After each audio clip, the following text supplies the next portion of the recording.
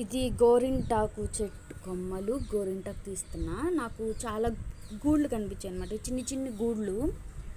అయితే అందులో ఇదొక రకము. మొత్తం నాకు 3-4 టైప్స్ కనిపించాయి, కానీ నేను అవన్నీ వీడియో తీలా. కానీ ఇది వీడియో తీస్తున్నా చూడండి.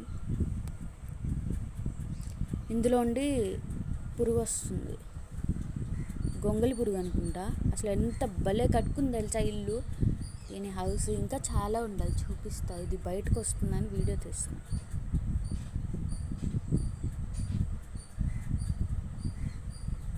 ఇంక ఈ కొమ్మని కెలకద్దు, పక్కన పెట్టేద్దాం.